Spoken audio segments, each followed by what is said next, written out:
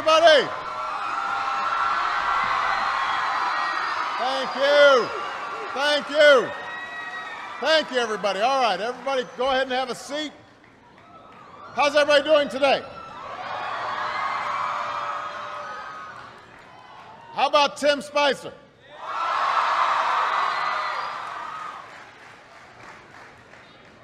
I am here with students at Wakefield High School in Arlington, Virginia, and we've got students tuning in from all across America, from kindergarten through 12th grade.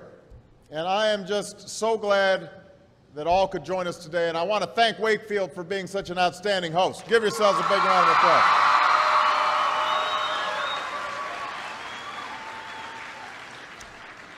Now, I know that for many of you, today is the first day of school. And for those of you in kindergarten or starting middle or high school, it's your first day in a new school, so it's understandable if you're a little nervous. I imagine there's some seniors out there who are feeling pretty good right now, with just one more year to go.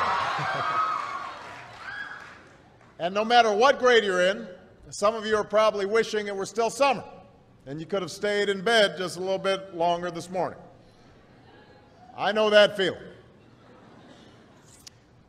When I was young, my family lived overseas. I lived in Indonesia for a few years. And my mother, she didn't have the money to send me where all the American kids went to school.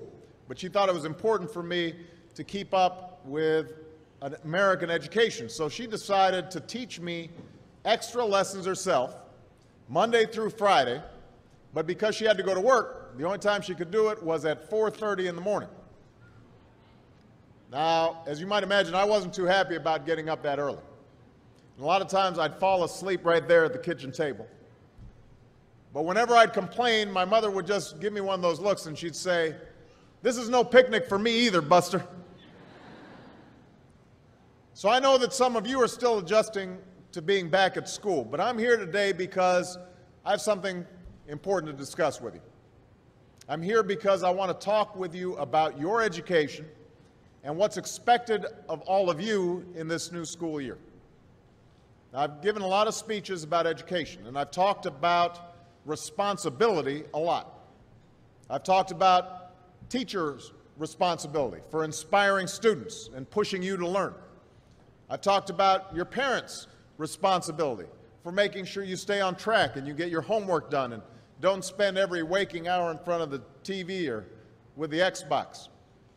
I've talked a lot about your government's responsibility for setting high standards and supporting teachers and principals and turning around schools that aren't working, where students aren't getting the opportunities that they deserve.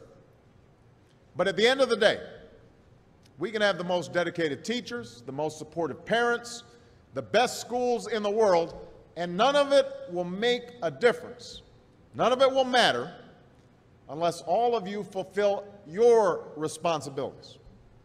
Unless you show up to those schools, unless you pay attention to those teachers, unless you listen to your parents and grandparents and other adults and put in the hard work it takes to succeed.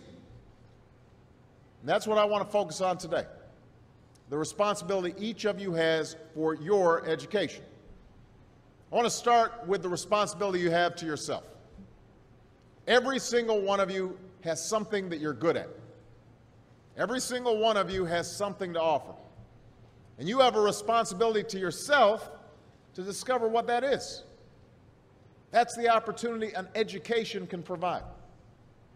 Maybe you could be a great writer, maybe even good enough to write a book or articles in a newspaper, but you might not know it until you write that English paper, that English class paper that's assigned to you.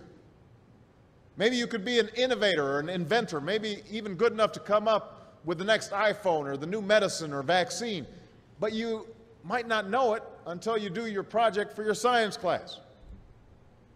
Maybe you could be a mayor or a senator or a Supreme Court justice, but you might not know that until you join student government or the debate team. And no matter what you want to do with your life, I guarantee that you'll need an education to do it. You want to be a doctor or a teacher or a police officer? You want to be a nurse or an architect, a lawyer or a member of our military? You're going to need a good education for every single one of those careers. You cannot drop out of school and just drop into a good job. You've got to train for it and work for it and learn for it. And this isn't just important for your own life and your own future. What you make of your education will decide nothing less than the future of this country. The future of America depends on you.